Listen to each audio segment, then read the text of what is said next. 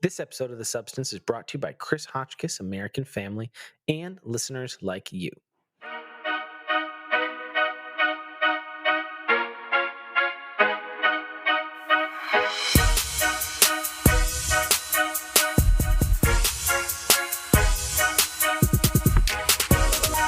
You've landed on The Substance, a podcast aimed at being biblical, thoughtful, and human. Join us each week as we engage the culture without the culture war. I'm your host, Philip Marinello, joined here by my friends, co-hosts, and sometimes very tired homies here, Trevor Aiken. Hey, man. And Vincent Edwards. What's going on? How are we doing, fellas? Yeah, sometimes very tired. Not too bad, though. Man. I feel pretty good. Really good, yeah. Yeah, today's a good day. Hope everybody's feeling good out there in podcast land. In What's listener up? land. Listener, how are you feeling? Tweet at us right now and just say, hey, I'm listening to episode If you whatever. shout very loudly at your phone, we still won't We hear it. might just hear it. We won't That's- hear it. So, if you're new here, welcome. If you're an old, long-time listener, welcome back. If you're like a semi-new listener, hey, we're glad you're sticking with us. The Substance is a Christian variety show, and every week we talk for about an hour or so. Recently, it's been an hour 20 or so, and I kind of like that a lot, but we'll see how we do tonight. We talk about some things, or in the case of this episode, a number of things in regards to Christianity, culture, and the arts. And then at the end, we share some shout-outs of the things that we've been finding enjoyable or edifying lately. Unlike Sally, who sells seashells by the seashore. Yeah, maybe I should switch that script up. I don't know if you want to cut that out. I like the informality of the beginning of a topic toss-up quite a bit. I'm a big fan of. We don't have to get to announcing the guest right away. We don't have to get to talking about exactly what it is because we got a couple things on the radar here. One of these days on a topic toss-up, I'm just going to take a left turn and I probably already do this, but just go off on a topic that we did not prep for at all. About 3 minutes, and I'm like, should I jump in? He is on a roll, and I don't want to interrupt him. Right. I wonder if this is good audio. Oh, Oh, God. listeners decide. So, listeners, we've been saying 2022, you're the voicemail. And we appreciate Yes. those of you that have called in. We've got saying one that. such call. Trev, I don't know if you're going to be... Do you think we're going to be Ooh. throwing some in? We can put some of the audio right here. Hey, Substance. This is Matthew Walsey. I'm calling back in. I think this is actually revisiting my first ever call-in, which is also on your swearing episode, so kind of funny how that ends up. So I thought Podcaster was really good. Our calling is to be uplifting in our speech and not to tear people down. I mean, we all know that the good old Southern bless your heart can be the sharpest FU in the heart of the person that's saying it. I do think that there is a serious point to be made, though, that we have a responsibility as believers to be different from the world, and one of the quickest ways that we can set ourselves apart is to have wholesome speech. So I know that one of the biggest markers, at least when I was in the Marine Corps, of believers, they typically swore less. Maybe not always none, but certainly less. It's a very kind of relatively easy way for us to distinguish ourselves from the world and to be a good testimony is to have just clean speech. It certainly doesn't absolve us from being negative in the way that we use that speech. And, Prop's right, saying darn it when I mean it isn't better from the perspective of my heart, but there is something I think to be said for setting ourselves apart from the world in the way that we speak. So anyway, that's my 2 cents for whatever it's worth. And that was the voicemail we got from Matt in Kansas City, following up on our cursing topic that we kind of started when we had propaganda on the show. Yeah, I felt like we got a lot of feedback and thoughts and people interacting with that segment. I think it was a pretty The provocative cursing segment for topic or the propaganda whole Yeah. episode? No, I think heard the a lot. whole episode was for sure, but The I think that episode topic as well. was wonderfully listened to. If you're a listener and you shared that episode with somebody, give yourself a pat in the back. You should be sharing all the episodes that you think are good, but y'all did a great job sharing the propaganda Yeah, episode. really appreciate that. Yeah. Such a fun conversation with Prop. And some of the thoughts that he shared around cursing, I think, got some people thinking, which is the point of the substance. That's the goal. One of the things, though, that's interesting is just it's been a while, but I think it was episode 11. Whoa, let me go back and check. That was a hot minute ago. I'm pretty sure it was episode 11 in season 1. You're better at like the perfect recall of old stuff. Let me. Well, only because I pulled it back up and listened to it. I actually like. Yep, I was episode like, 11, man, believers that in cursing. holds up. Maybe we'll re-release that one week when we need a break. One of these days, or just go back and listen to it now. No, that's true. We don't need to rehash everything there, but it has been a while since we kind of addressed that, and I thought using and framing kind of some of Prop's argument as a in on this topic is really helpful, because I think some of the thoughts that he shares resonate with a lot of Christians. Sure. As they're trying to approach this issue and think through, like, okay, like cursing is becoming more and more common. Like, is this something that I am able to? Is this cool? Is God going to be displeased if I curse? Mm-hmm. Which is the right question to ask, actually. Sure. If we are trying to be biblical, thoughtful, human, and all that, like the listeners who identify as people of faith and who like, we want to be obedient to God, we want to follow Christ, like we want to like live our lives in a respectable, like obedient to God kind of way. Like, what does that mean in regards to our language? Yeah. And I thought what Matt had to say about it being a distinguisher, I think really resonates with me. Yeah. Mm-hmm. When you have people around you who are cursing and you don't, it can definitely be a marker of, hey, that person is different. They're doing this for a reason. There's a faith commitment there in some way. Now, that doesn't necessarily mean it's godly, I guess, because there's lots of commitments that people make for Christians their faith. out there living differently, but and a lot of non-Christians that live differently a lot of too. non-Christians who don't cuss because of whatever particular conviction. So it's not a direct testament of Christ, but it definitely can be a pointer as to like why. But it does set you apart, since it seems to be so common. But what do we do with this understanding? I think it's a common one that Prop brought up, and it's not really to call him out in particular, because there's lots of people I think who approach the issue in this way. Basically, it's this 3-word rebuttal of they're just words. Yeah. Or like, who says they're cusses? Because he said as defined by who, and it's like, it was interesting because in the green room he even mentioned it. He asked us like, hey, do you guys curse on your show? So like he knows that there's something. Like we know that cursing exists. Yeah, like, we didn't have to define the list. They're syllables, they're words, but like he said, hey, do y'all curse on the show? Like, is that cool? And that meant that question correlated to like a knowable reality. Correct. So it is interesting, right? Because there's this argument that seems to hinge on this idea that cursing doesn't actually exist. And the way that argument is usually presented is it's heavy on, from a Christian point of view, Ephesians 4 kind of language. 4:29 says, you must let no unwholesome word come out of your mouth, but only what is beneficial for the building up of the one in need, that it would give grace to those who hear. Yeah, which he mentioned that. He's like, if you curse in a positive way, like when somebody wins a game, you're building them up. You're not tearing them down. Yeah, exactly. I have been in the context prior to my life with the Lord, and there have been times where there have been times where a guy would encourage me from like a basketball game or a football game or something like that, where the play was absolutely incredible, and I surprised myself in what I accomplished in that moment, and it's like, yo, do your stuff, and yo, let's freaking go, let's go, bro.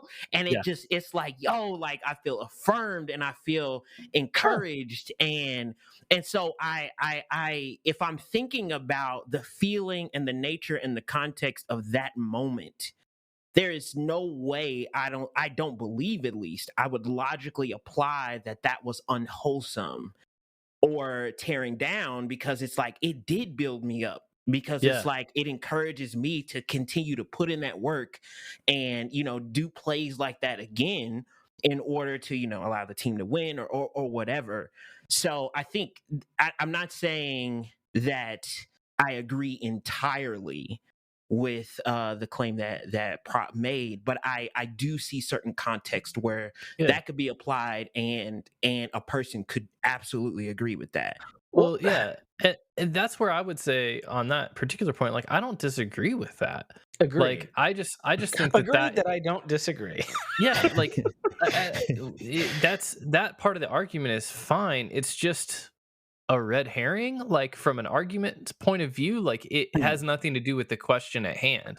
I think that is on point. And I'd also like, before we get too far forward, and you guys may or may not be with me on this, I do think context matters. Yes. Sure. Because yes, they are words, and they do like, it is about decorum.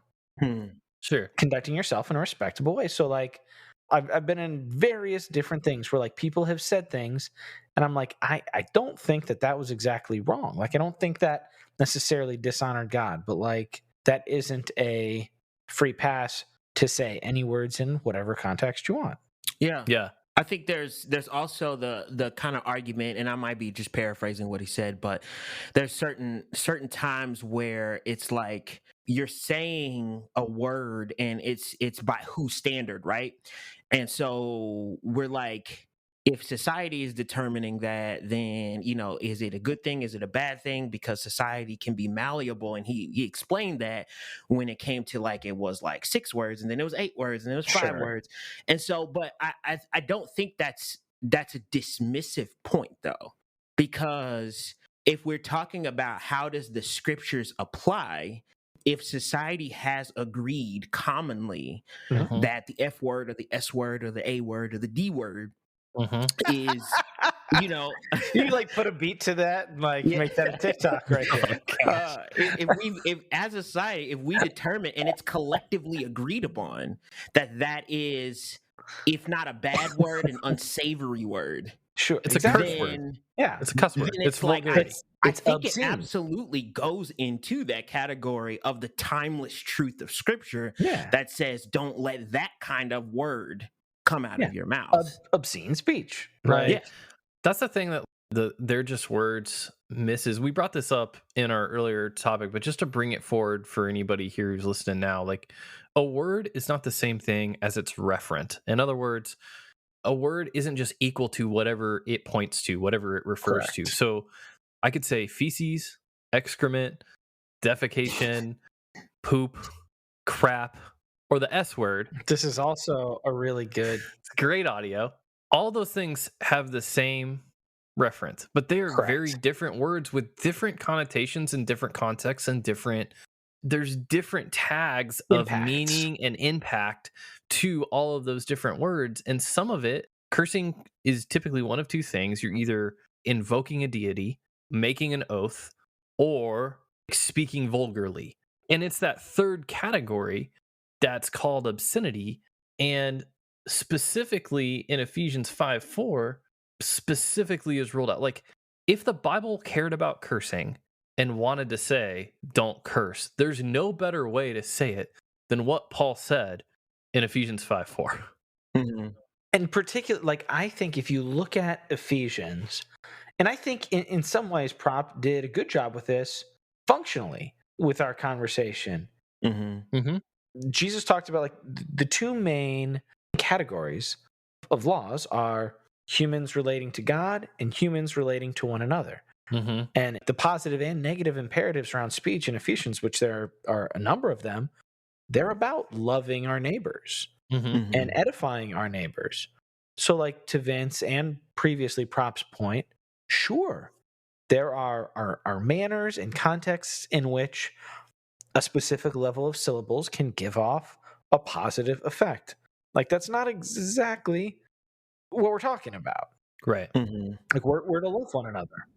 So let me ask this question, and this might be a slight deviation to the topic, but let's say a person has a playlist of 400 or 500 songs or whatever. They're Splish taking splash. a good listen, and they know the song. They're repeating a song. Think about Kendrick Lamar's "The Blacker the Berry" Sure. as a point of reference, because there's quite a bit of language in that, and so that person is not in front of anybody. So if we're talking about witness, that person's not around anybody. They're just enjoying their music by themselves. Okay. They are regurgitating and repeating the lyrics, but Out loud obviously or in their head in this example? out loud in their head, either one, take either point. Okay. So I guess where does that person fall? That's an interesting question. If they are, all they're doing is in the privacy of their own home, they're enjoying a song, it resonates with them, but it Golly, does have the punchline of that song still is extremely powerful. yeah, it's insane. It's a timeless song.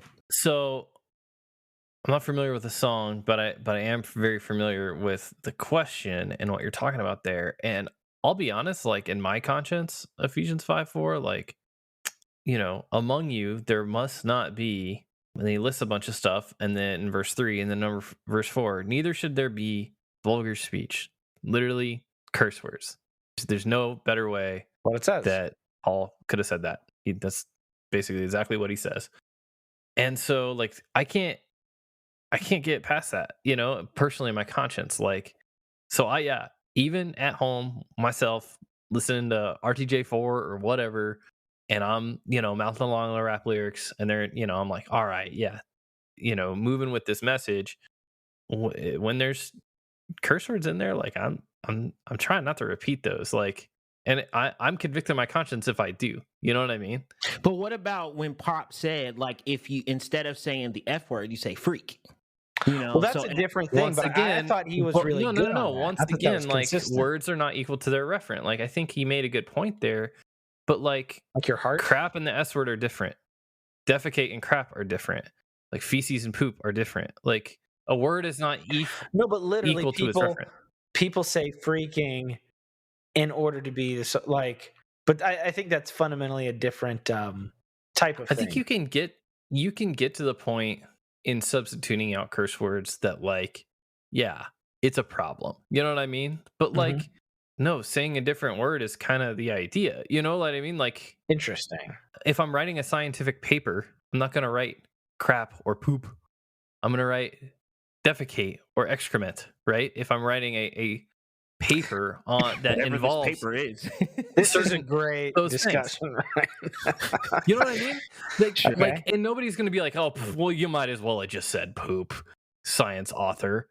No one's saying that, because no, you might not as well. Like, they're different words. Like, a word is not equal to its referent. Sure. They have different meaning tags to them. And I do think the context, and that's what Prop often like referred back to, was the context definitely is one that references, because he said, you know, I'm not going to get in somebody's pulpit and just start, you know, cussing and stuff like that. Yeah. And so Appreciate that. it does understand, like, there are certain contexts where even if his conviction is to say they are just words and in the proper context they are not profane, then I know that in other contexts, especially as society understands it, it is profane, or at the very least, it's just rude.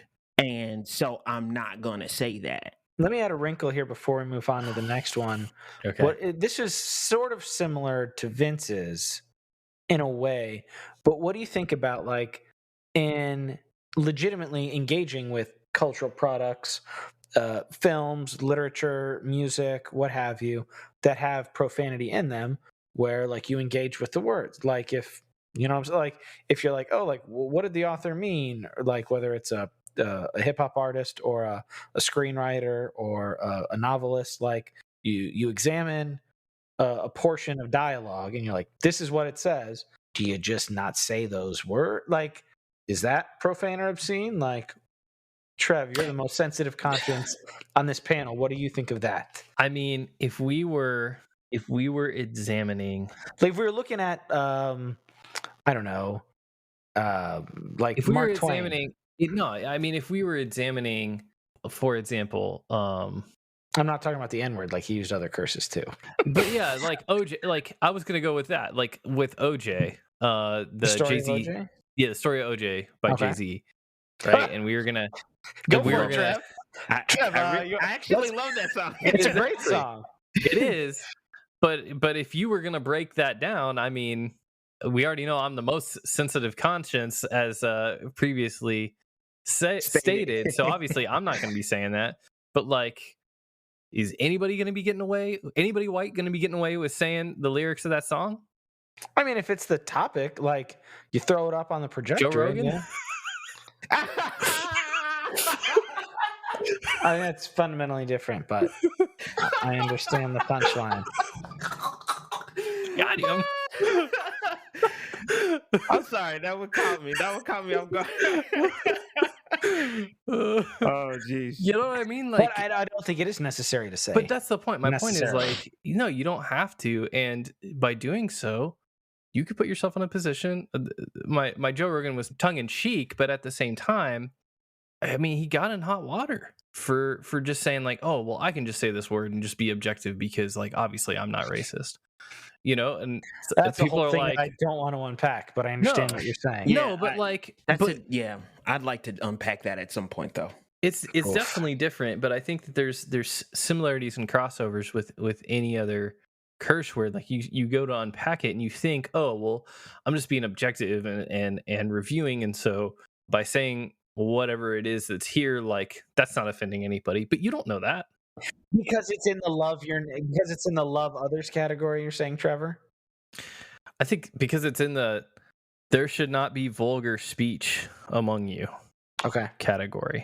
And I have to push back on that just a little bit though, because I feel like though I would say sure the N-word could be vulgar speech, I feel like that has a different cultural context than a generic, different, F word or A word or D word or whatever. So I think that that hits a little different because the other words are more universal. Like anybody can cuss anybody else out.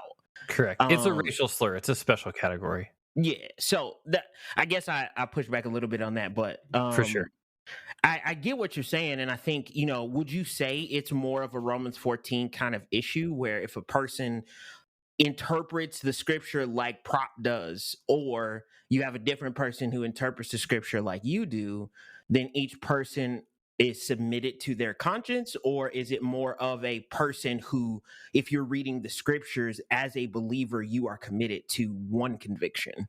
I think on certain points of it, yeah. Like some of these, like when we get into the details of how do you exactly apply this, yeah. I think some of that can be Romans 14. But like on whether or not a believer can curse, no, I don't think it's a Romans 14 issue. If it's a Romans 14 issue, then so is homosexuality. Like, you know what I mean? Like it's clear. The scripture isn't ambiguous. You know what I mean? Sure. It literally says there shouldn't be cursing coming out of your mouth. It's unambiguous. And like we can find all these like nice ways of like, oh, well, there's these contexts and stuff like this where cursing can be okay to come out of our mouth. But Paul says, no, there shouldn't be cursing coming out of your mouth. Yeah, I said that other stuff too. That's also true, but that's different. Don't do this. That's how I read it. I got you. You know what I mean? And like, yeah, I mean, I guess people have to come to their own faith, but I mean, I would say there's no other faithful way to read that text. Interesting. Well, hey, listener, what do you think? You're definitely gonna have to continue to think about this, and you're the voicemail. Let's keep it going. You're the voicemail. Leave us a voice message of what you think about this particular topic.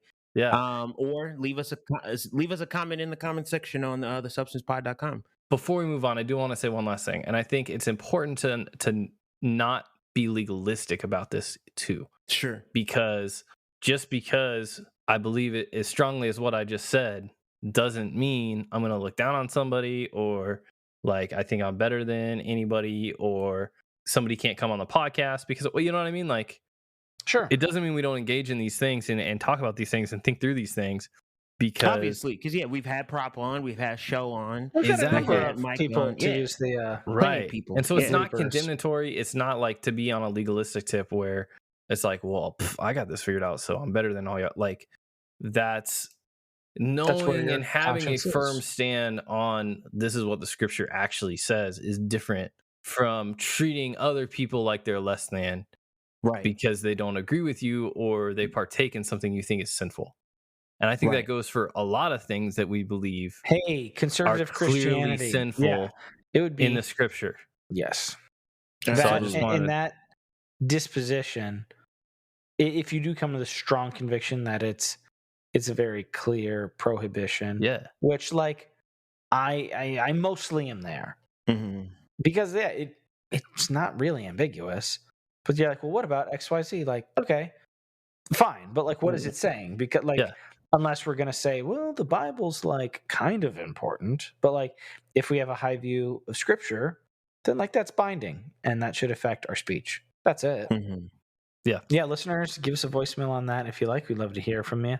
The next topic here, I'm not exactly sure how we're going to describe it, but had a really interesting conversation / question come up earlier when I was listening to Brett Goldstein's podcast, Films to be Buried With.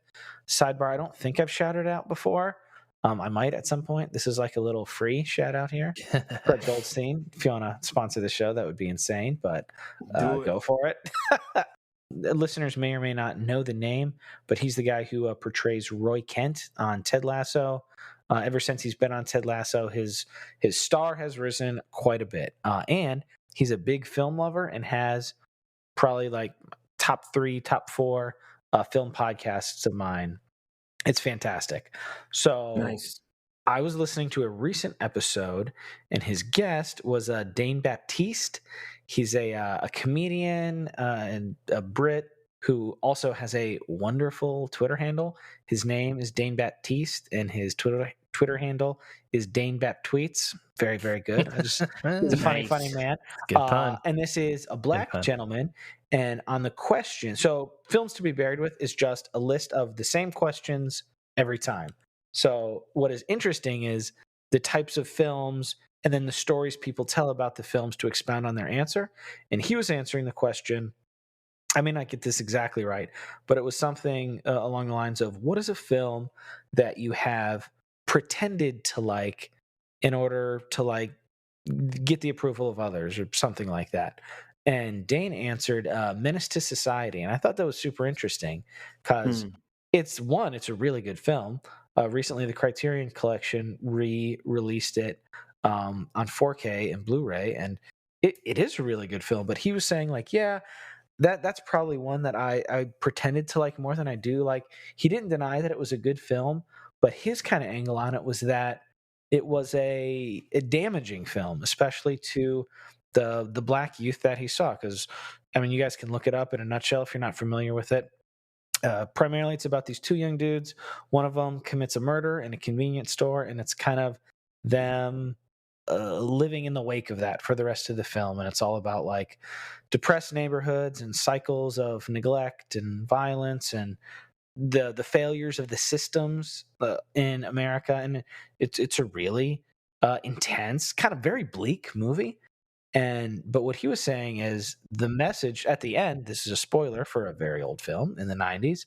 At the end, really the only main character that's alive is the most aggressive and violent and kind of wild one. And he's like, yeah, like it showed all the bleak things and like it did have stuff to say, but the message a lot of the young guys that I knew got was like, in order to survive, you need to be like a wild man. And like it inspired a lot of people to take the wrong thing away. So I thought that was an interesting question. Like, what's the role of art and the artist when it comes to dealing with evil and suffering and broken systems? Like, we mentioned this with Corey, like The Godfather turns 50 soon. Like, that's not a story necessarily about like being a mobster is awesome, but like that's what a lot of people kind of took away from it. And the same with like Sopranos or Goodfellas or whatever. So like, what do you guys think about that question? Man, that's a heavy one. Trev, you want to take a stab at it first? Well, I was just going to say, I feel like in ways, and maybe some of this you've already said, but this is kind of the question, it feels like, when it comes to a conservative approach to media. 100%. This absolutely ties into that. Because it feels like when we talk about art, like the human in biblical, thoughtful human talks about engaging with the totality of the human experience, right? In all of its brokenness. Not that it was designed in brokenness, but like it is truly broken, until Christ redeems it. And so to reflect on that in art and in film and in print media and all sorts of different mediums, that it's valid, whether secular or Christian, to reflect on the realities of that fallenness, like that can be good. But yeah, I think that there are sides of that, and I think the conservative Christian response typically on this question And I'm ducking the question a little bit, I guess, because I'm still figuring out where I stand on it. I think it depends on the piece of media itself, but um, yeah, the typical response is like, ah, man, that stuff's worldly. Like if you see stuff going on that are these sinful behaviors or attitudes or characters or things like that, like unless there's some like sweet redeeming story at the end, then we don't necessarily want to rock with it. So I don't know, that's, to me, that was my first thought. It's kind of the question in ways. Yeah, I think it really all depends on, because I understand that there have been a lot of films where it's depicting the Black experience, right? Whether Mhm. it be in the hood and in the projects, or whether it be during the time of slavery or during the time of Jim Crow.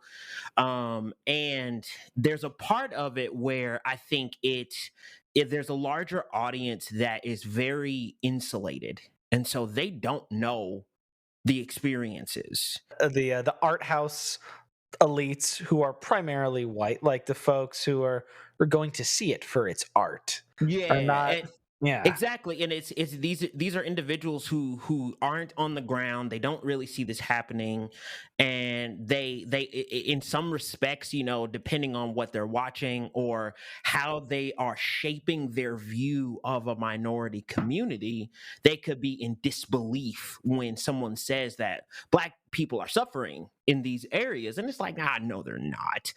You know what I mean? It's just they need to, pick themselves up by their bootstraps and continue on and just, push themselves and da da da da da da.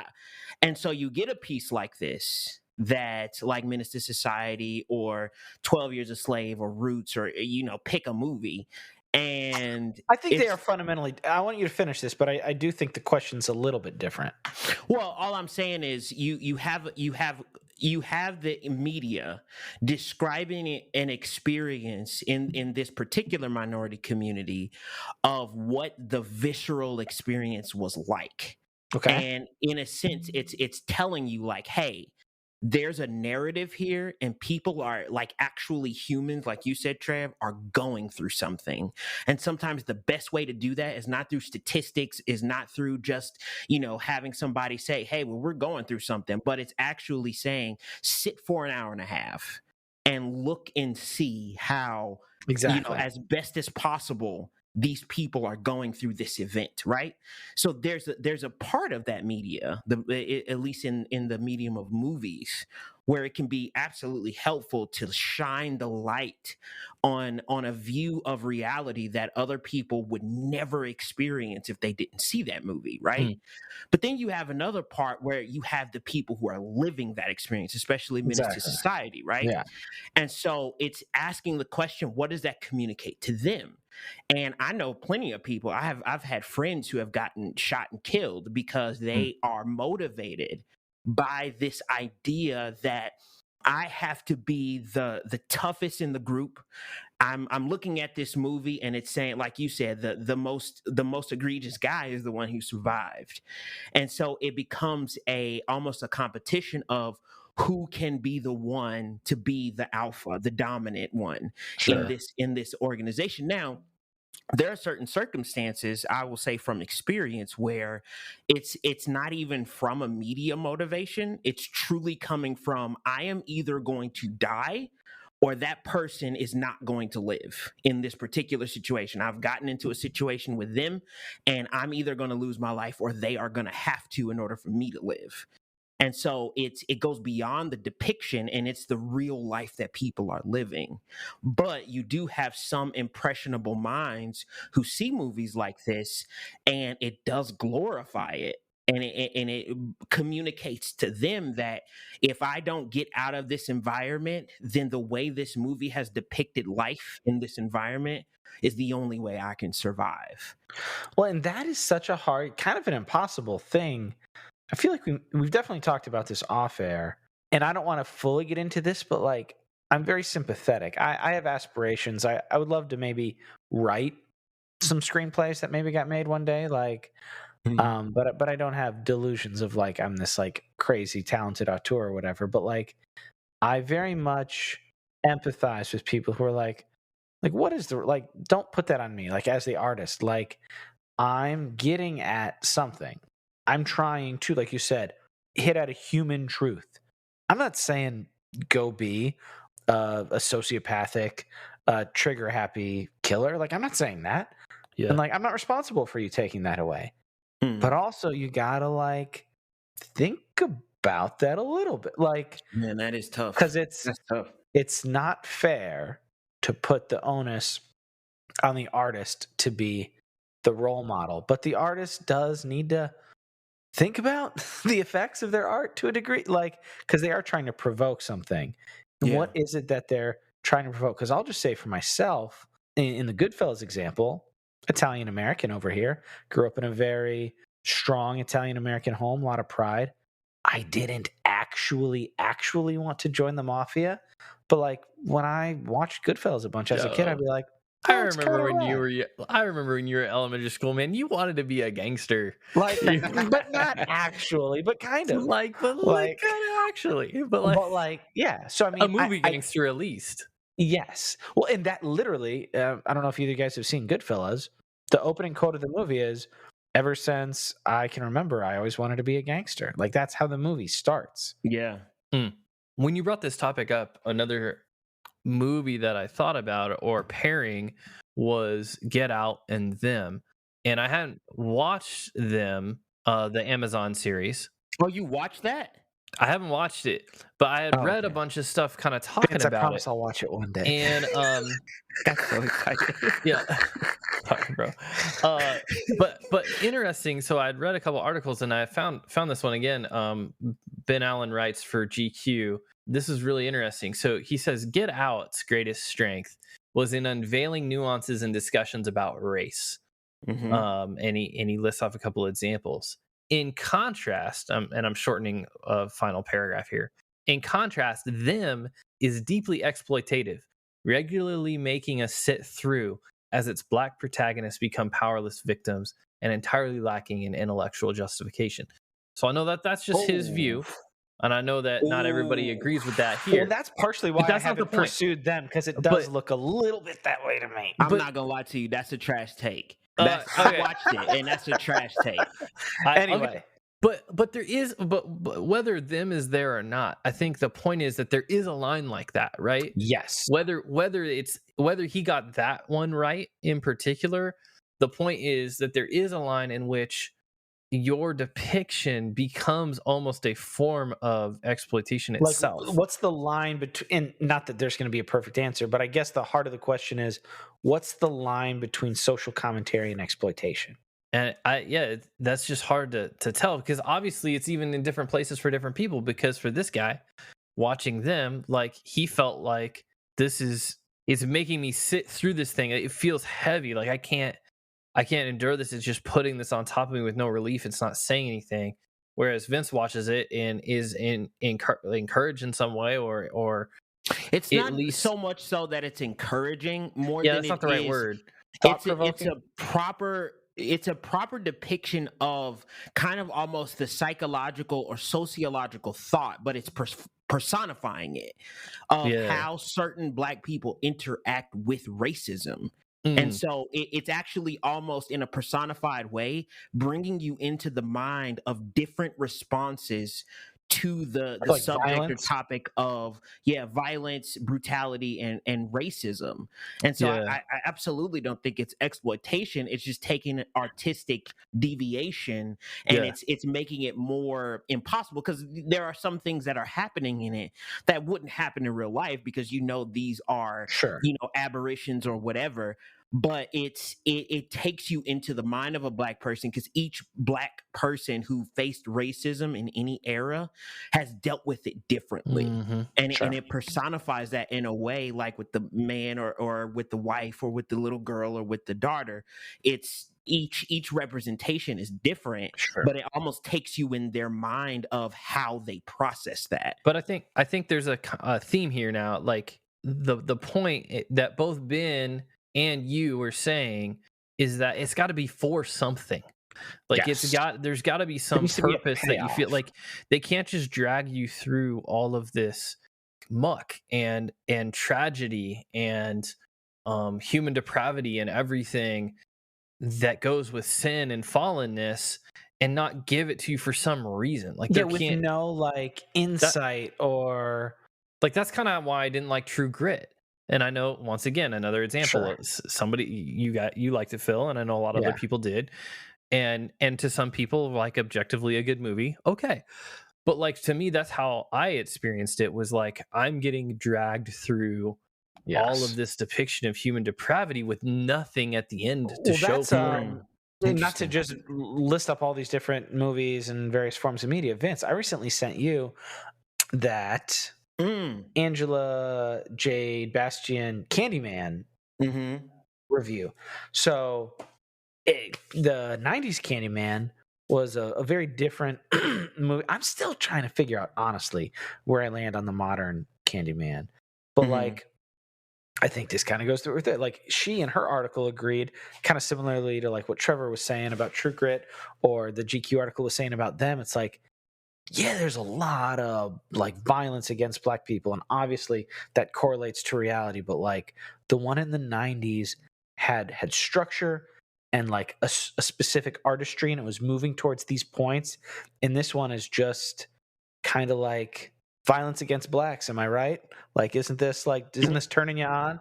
Like, and I don't know if that's 100% right, but like I felt in.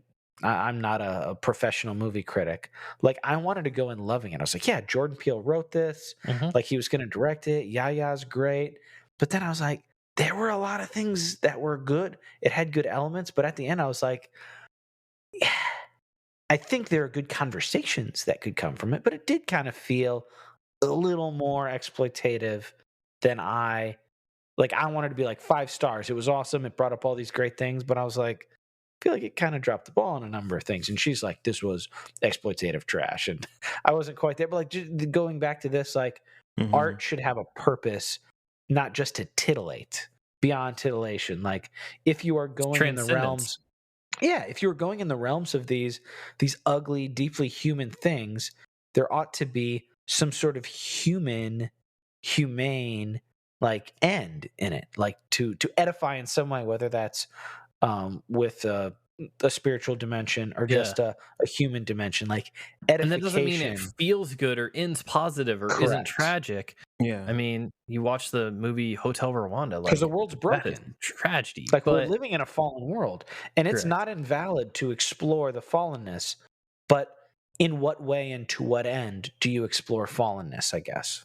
Right. Yeah. But it sounds like, I mean, just in our exploration of it, it does seem like it's somewhat subjective to the individual as to, Yeah, it's hard. because when we talk about transcendence, like, it's not like that's an objective line that you just cross and now there Well, you are. Like, Trev, you enjoyed Tree of Life, right? Yeah. Tree of Life's one of my favorite movies. I've showed it to a number of different people in a number of different groups. Folks have had wildly varying responses to the movie. Yeah. So, I mean, art affects folks differently. Yeah. Yeah. But the intent and the work needs to be in there, I think, on the artist's part for it to be. Not exploitative. Yeah. Yeah. I think different people are going to just take it different ways. And so I think it just calls up on us, kind of like what Philip and Taylor discussed in our feed drop from the Make It Plain Oh, podcast. Not me, Philip. No, other Philip and Taylor from the Make It Plain podcast. They're talking about this idea of, just being able to be charitable in the conversations and the thoughts that you have. And so I think, I think it really is subjective, and each person is going to take the same thing that you watch or the same thing that I watch very differently. And plenty of people can come to the same conclusions, but other people are going to come to different ones. And so I think that does, though, still put quite the importance on the artist and the director and producer to make something that is meaningful. Now, if it's like an action movie or a Marvel movie or something like that, then whatever, just do what the budget allows. But Sure. at the end, if you're talking about like an independent piece or just a smaller movie, just be intentional about what you create. Because things definitely can be exploitation, and not all art Sure. is equally valid or valuable. Yeah. But I think if you always go in with the fear that you're going to see something like that, then you'll also miss out on a lot of learning about the 100%. human experience. Sure. So like sometimes you have to go in and just say, you know what, that sucked. It didn't make me feel good. I It's okay to walk don't have away from anything it, to show from that, and moving on. You know, 100 yes. Yeah. Well, I mean, in the original thing, like, I don't think he was saying, like, boycott the Hughes brothers, like, menace to society's trash. He's just like, he was answering for himself. He goes, I feel like I kind of pretended to like this more because I had a problem with it. And it just kind of sparked that question in my mind. yeah, it's good. Gotcha. It's good. Vince. Talk to us What's about up? Vince. I hear that you like some anime. Oh yeah. So one thing that actually came as a surprise to me is that other groups of individuals were surprised that Black people liked anime. And we have terms like blurds, black nerds, and all kinds of things like that. And I've been in anime since I was a kid, like, on an elementary level, Dragon Ball Z. Dragon Ball And Z. I've upgraded to One Punch Man and all kinds of stuff. So I actually found it as a surprise because as I think early 2020, and then continuing, or maybe it was 2019, everybody started to gravitate toward anime, and especially with the lockdowns and stuff, you had more time to start watching stuff. But I mean, even me and a roommate was watching Naruto in college, and it was awesome. So I think I just wanted to explain, and honestly, I'll explain 4 separate points of like Black culture's interaction with anime. But if you hear it, it's gonna be universal. This is just how we interact with it, but I think there's gonna definitely be some relatable points to it. And so one thing I want to bring up is anime. And I don't see this as a positive, if I'm being real with it. But back in school, we was young, and oftentimes the characters in anime are young people. Sure. Okay. And feels more relatable. Fighting was the thing. That's how you. That's how Okay. you. That's how you prove yourself. You know what I'm saying? It's, again, I'm not glorifying that by any means. I'm not saying that's a good thing, but it's very relatable. We used to box if we had issues with each Yeah, all other. right. So that's a We point see somebody where with like some ninja skills, and you're like, oh man, this dude can like take down 20 dudes. That's amazing. I wish I was we him. have seen some people who they wasn't like kung fu. It wasn't very formal, but they took everybody out. They took everybody out. So I think there's just a relation to anime, as most of the main characters are young, and they usually have to prove themselves with some type of combat, and I think the Black community absolutely relates to that. Another one is community, or especially learning from elders, because we as far as I understand of other Black individuals as well as myself, is we learn a lot from our grandparents, our great grandparents, our great aunts, uncles, and we really treasure the information. And oftentimes, the sensei or whatever, the old teacher in anime, is the one who kind of helps that main character learn their skills and find out what's going on with their powers and all that kind of thing. And so it really makes it relatable because there's a sense of community and togetherness, and then learning from the elders that we also get, and then I think on a just a thought pattern, anime often was a great way to escape. Just having a fantasy where there was a cartoon, because it was a more advanced cartoon than like Looney Tunes or Tom and Jerry. Sure. You know what I'm saying? And so Tom and Jerry, though, don't sleep on Tom and Jerry. Yeah, I mean, Tom and Jerry is dope. Don't get me wrong. Please don't get me wrong. But it's, if you missed an episode of Tom and Jerry, just watch the next episode and you be caught up. True. But if you missed 2 episodes of Naruto, with it having like 100, 200 episodes, you're going to have to go back and really understand that storyline. So I think because there was a collective storyline, and you just able to escape in this world that was built through so many episodes, and just so many understandings. And you have fantasy aspects of like animals that could talk, and demons and stuff like that, or whatever, depending on what you're watching. But I think one last thing that really makes it hit home is, and again, this is not this is not just akin to Black culture, but I think we experience it quite a bit, is the experience of being familiar with evil seeming to win. Because Okay. we've had lots of people that are close to us, close to our hearts, who have been killed or in situations that were definitely adverse to them, and people who we would categorize as very good people. And it seemed like evil was winning, and there are certain aspects where, in an anime, a sensei dies, or someone in that community, or the elder that you're learning from, you lose that person. Or even sometimes a main character, like Game of Thrones was not the first genre to do that. Anime often would say, hey, you got a main character where the evil person, or the person who's adverse and wants to destroy the world, they're more powerful than the main character, and they absolutely destroy.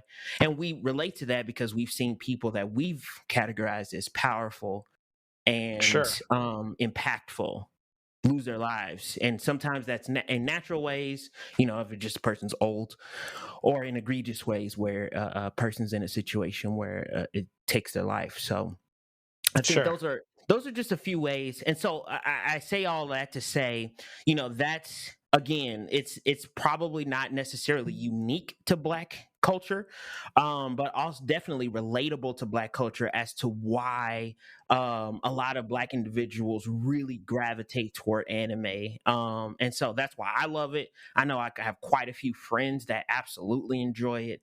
And I think those are some of the reasons. I'm sure there's a lot more reasons. I had a conversation with a buddy of mine here in Muncie, Indiana. His name's Chris Mack. Shout out to you, Chris. There's some Black dudes in Indiana talking anime. Right. Heck yeah. In rural Indiana. And we were having a conversation, just kind of exploring why were Black people into it. And we had quite a few white friends who were like, Black people like anime? I mean, when you brought that up to me, I was like, yeah, anime has had a significant impact. I mean, in a number of forms of pop culture, particularly Japanese pop culture. But I mean, anime's had a huge impact on hip hop. I mean, I'm not a big anime fan personally. Like, I like Dragon Ball fine. I really enjoyed One Punch Man. I'm super looking forward to Avatar and Korra one day. I'm certain I will love it. Like, I watched a bunch of Bleach, but there's just too much of it. Like, I'm not super into anime, but like a lot of my anime knowledge, other than being Trevor's friend, because he's a big Dragon Ball guy, has come through hip hop. Like, it's just there. It's just kind of ubiquitous in hip hop, like kind of throughout hip hop history. So I was not necessarily surprised, but I thought it was interesting, some of the parallels you drew. Yeah. Sure. One of the things we don't have time to explore tonight necessarily, but I'm really curious about is because anime comes from a cultural moment, right? Like, just like any kind of piece of art, it's produced from a cultural standpoint, I and really get thinking that No Big about Deal song in my head. You guys heard that No Big Deal anime song? It's just called anime. Like, No. it's just every time you guys are saying anime, it's like anime. Like, it's in my head right now. I'll have to look that up.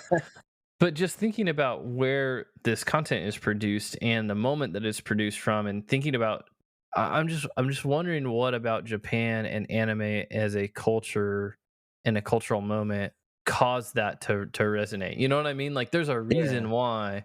I think there's something to be explored there as to like the crossovers between whether it was kind of outcast culture in Japan that was producing a lot of the themes and things that were coming out of anime, or did it have anything to do with a lot of things, the themes that we explored in Godzilla in the Japanese cultural mind, like with the aftermath of World War II and everything that happened there, Mm-hmm.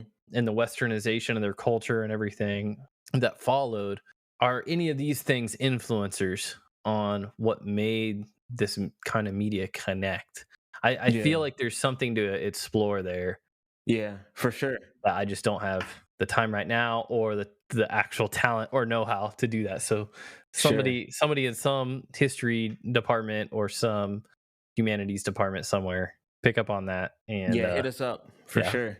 Jump on that, because that's super interesting. I appreciate you bringing that topic, Vince. Yeah, because I mean, I'm a big fan of. I mean, like I was the one that brought the Godzilla thing. I love the kaiju stuff. Mhm. And I've seen a number of Godzilla animes. Actually, that's some anime I've seen. But yeah, it's never. I don't know. It's so long. Yeah, Like a lot of anime. Like Death Note is one that I want to read and watch one day. Super long. Because like Death Note is amazing. it's only like Oh eight or my gosh. 9 volumes, and then like the original cartoon is like what, like 10 or 20 episodes. Like it's confined. But don't watch the Netflix movie. Oh my god! No, I'm not gonna watch the live action. Yeah, I hear please. that is It is hot so trash. Oh my goodness, that is like a down shout out. Don't ever watch that. Another anti shout out from Vince. Yeah. Oh my goodness. Anime that's turned into live action has almost never been successful. Yeah, I can't think of one, because the one Dragon Ball Z they attempted was so bad. No. And then the Avatar that Revolution? they attempted, the last Airbender that M. Night Shyamalan did, Yeah, was dog. That's super garbage. I think that like ended his career for a while. I hear the Cowboy Bebop is pretty good. Yeah, I did hear that. The live actually. action one. Yeah, I did hear that was pretty good. Crazy. Anyhow, That's one of the few that did justice. And there's actually a series on Netflix called Sweet Home that's based off of a graphic novel anime, and it's actually really good. now, It's shot that way, listeners, too. I know some listeners are into anime. If y'all have any like standalone anime graphic novels, hit me up with those recommendations. I'll happily. sure. I'm not here for like the 58 volume epics. Like, send me like a 200-page single volume deal. I'll read.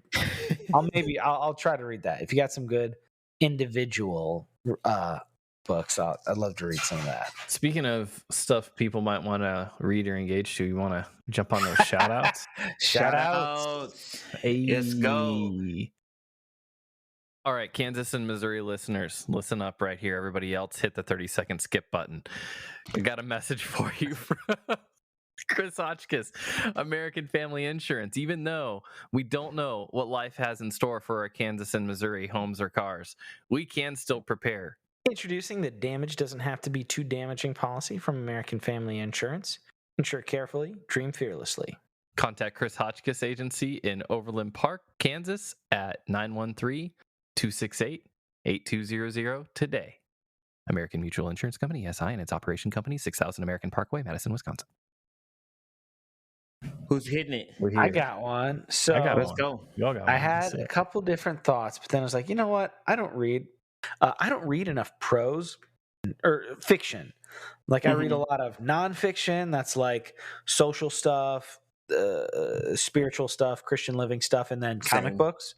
But I picked up, and I have some, like I read Dune. I shouted that out a while ago. I am going through some old classic sci-fi, but I don't really read like modern prose fiction.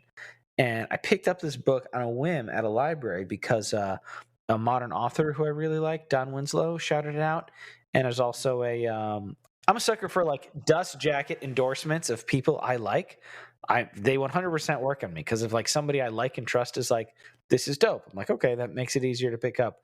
So my shout out this week is a book called The Chain by Adrian McKinty. It's a thriller. It's like, I haven't finished it yet, but it goes fast. Like, if I didn't have kids, I would have probably read it in one night. It is a thriller that has a little bit of a moral component that's just kind of an interesting exercise. So, super simple premise. It's called The Chain. It's about like a chain of kidnappers. Like, you get a call that like your kid is kidnapped, and your instruction is to like give like a decent chunk, but like like it's $25,000 or $30,000 or whatever, and then you need to pay the ransom as half of it, and the other half is you need to kidnap someone else's kid to replace that kid. And it's the idea that like they keep like this organization like that runs the chain keeps getting money, and all these people are like giving them money. Like you have like 1 week to get the money, like get the 30 grand or whatever, and then kidnap another kid to take your kid's place, and you get your kid back. So it's a thriller. It's super fast paced, super interesting, but also a little bit of an interesting moral dilemma. It's like, what would you do to get your kid back? Like, I'm sure it'll make an incredible summer blockbuster if it ever gets made into a movie. Didn't Liam Neeson make a movie like that called Taken? No. Yeah, that's definitely I have a particular set of skills. No, it's not. No. But that's funny. But Well, if he because it's was like, in if that you don't do story, exactly, it would be no, very like, literally, like it's like if you don't do exactly what we say, your kid's gonna get killed. So it's interesting. It was it's a super enjoyable But he's read. got a very specific set of skills. Sure. Liam Neeson seems to have a very specific set of skills wherein he remakes the exact same movie with slightly different subplots and settings. Got him. That's two actors that I cannot stand anymore. It's Really? Liam Neeson and The Rock. It's like they play the same roles every single time. It's so unoriginal now. I'm just like, it's like eating the same dinner every night, bro. It's like, I'm good. Stupid, and we're taking a lot. We're over time here, probably. The Gray with Liam Neeson. Highly recommend it. You think it's just like him fighting wolves in the desert. It's a really interesting, like, existential drama about like life and death. While he also fights wolves in the frozen tundra. But it's The Gray was shockingly substantive. I'll go with one here. This is kind of like bless your playlist with a playlist. Whoa. Okay. But yeah. Like here's a playlist? Here's a playlist. So on Apple Music, Ebru Darden runs a New York Beats One studio, now called Apple One. He's got a show called The Message, and he had Lecrae on recently. And part of it, they're just talking. He asked him some really interesting stuff about his takes on Donda and like Kanye West's journey into Christianity and stuff like that. So like that part of the conversation is super interesting. But then along with the episode, Lecrae put together a playlist, and they talk about some of his choices for the playlist, and it's an enjoyable playlist. And just those combo of things, like that is a combo that I've come to really enjoy, and Apple Music does that in a number of different ways, where they've got like a interview with an artist and then their music, and like having some of the background and stuff, and then listening to the music with that in mind, like just that's cool. Opens it up a lot more. So I really enjoy that. So Phil, I'll have to get you a link that we can link folks in the show notes if they are Apple Music subscribers, or if not, you can go subscribe to it. But it's pretty dope stuff. Awesome. That sounds good, man. I actually have a Bless Your Playlist Rewind. I'm shouting out a song. Oh, dang. Okay. So it's Kamau, and the song that he has called Transparency. And I'm actually encouraging everyone to watch the YouTube video, because that video almost brought me to tears. And here's why, and I'll go really quick. Though it's not through a Christian lens, I acknowledge that there's this sense of which this young man is trying to figure out who he is. And so everybody kind of has that kind of journey in some way, shape, or form of like, who am I? What does it mean to be me? And his depiction of him finding himself through this particular kind of supernatural experience was the depiction of it, and the struggle of it, and almost in some sense the turmoil of it, of what you have to realize about yourself in order to accept, was just artistically beautiful. And obviously the vocals are amazing. If you have like, I hope this is on spatial audio, but if not, then definitely wear some headphones with it, because he does some really nice playing with the left and right speaker in your headphones. Nice. And it's just this is the black and white in the forest deal. Yeah, I mean, he just absolutely communicates a really transcendent message. So Kamau, Kamau, I already got it. It's in the notes, my man. Absolutely. And check out the YouTube video. If you want to just listen to the regular one, I'm sure it's on Apple and SoundCloud. But if you want to watch the video on YouTube, the official video, I think it's definitely going to at least have you to think about this particular experience. Even if it doesn't necessarily relate to you, I think you'll enjoy it. So check out Kamau Transparency. Yo, Vincent Edwards making substance history with the first repeat shout out. On the 20th TTU. Oh, that's true. This is listeners keeping track, which I would be shocked if anybody was. Yeah, this is the 20th topic toss up. Congratulations to us. To who?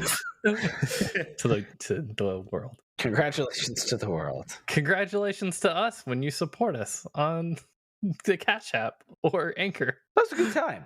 Yeah. I love topic toss-ups, guys. Keep the questions coming. Keep the voicemails coming because it is, in fact, 2020. You're the voicemail. And don't forget, like, if you wanted to hear more, like, on our first topic, we did an entire episode on Believers in Cursing back on episode 11. So I'll throw that in the show notes. Yeah, if you still had questions about that, see if some of those are addressed in episode 11 because we did an entire reflex on that. I will go back and check that out again. I'm curious to see how that holds up. I'm glad to hear you, who is a pretty strong critic, say that I'm proud of those first 12, man. Yeah, it was good. Remember our first 7-hour First Reformed episode that we recorded and scrapped? It gets longer every time we tell the story, I think. No, it was actually, though, 2 hours plus. Yeah. It was silly. It was longer than the movie. That was true. But that's fine. I listen to 3-hour movie podcasts, but I'm sure not a lot of people and grow. And I hope the listeners learn and grow with us. And if you want to help us grow as you grow along with us, one of the ways that you can help us ensure that is to join us on Anchor as a monthly sponsor at the $5 or $10 a month amount. It's super helpful. It lets us plan things in the future. We have a website now. Thank you guys for helping us have that. Also, go over to the website, substancepod.com. Leave some comments there. We're really hoping to get that going more as a community building deal, but we have that now thanks to you guys. But yeah, the support on the Anchor, the monthly support helps us plan and is always very encouraging when folks join up and just kind of affirms we appreciate what you guys are doing. It means something to us and we want to partner with you. But if monthly support is not something that you're interested in, you're like, hey, I don't want to have a budget line item for the substance, but I don't mind kicking you 10 or $20 every now and then. You can do that on the Cash App at $the Substance Pod. And we appreciate it. We genuinely we're not an enormous making 20 grand a month show. We're doing okay for guys who are not celebrities in any way. And we appreciate anybody who signs up at the Anchor or throws us a little bit every now and then on that Cash App. Visit us at thesubstancepod.com. There we have our socials in the upper right corner of the homepage. We also have all of our episodes. It's the YouTube page. So absolutely go to our episodes, click on your favorite, listen to it, and leave a comment under the episode. So if you like this episode or any other episode that we have in our archive, click on that episode, listen to it, and then tell us what you thought in the comment section. When you follow our social media, we have all of our guests. We have our giveaways. If you definitely want some special giveaways for the books that we typically have to give away, absolutely you'll want to follow us and visit us on thesubstancepod.com. Substancepod.com. Substancepod.com. As you do, in fact, know, this is 2022. Dang. Wow. 2022. Yeah. Jeez. Not 2 years behind, 2022. Ooh. This is 2020 part, hopefully not part 2. Because the original one was not the year of the voicemail, whereas this very much is. The original one was the year of the Zoom or something. I don't even know. But it was. I really didn't appreciate Apple rubbing my face in it like that. At the end of the year, they're like, Zoom is the app of the year. We're like, oh, really, Apple? Thanks. Yeah. Thanks, guys. However, it being 2022 actually, and being the year of the voicemail actually, and that means that you get to hear some great audio content from the listeners of the show, and you can contribute to that as well by calling 703-3883. Just sharing some thoughts, testimonials, feedback, reactions to the episodes. And if it's good stuff, we could put you on a topic toss-up just like we did with Matt earlier. So give us a ring there. Leave us a voicemail. You can also write us a message at our email. That is thesubstancepod@gmail.com. So we look forward to hearing you guys and reading what you have to say and interacting with us. And one last reminder, guys, I don't know when this is getting published, probably a little ways from now. We might have already hit it. But if we've already hit this, it doesn't matter. Do it anyway.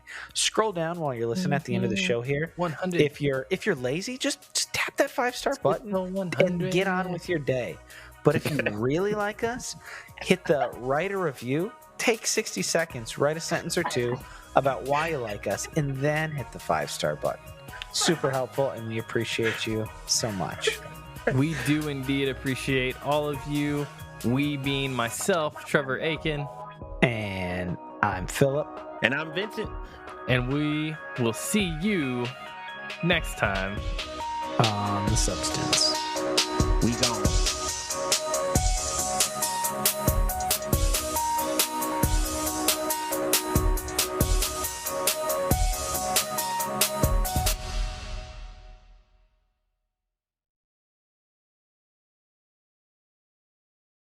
I can keep going. I was going to keep it to you. Yeah, excuse me while I can take a drink of water right there. It's going to be a heavily edited show. You should definitely edit this. All heavily edited shows, let's be honest.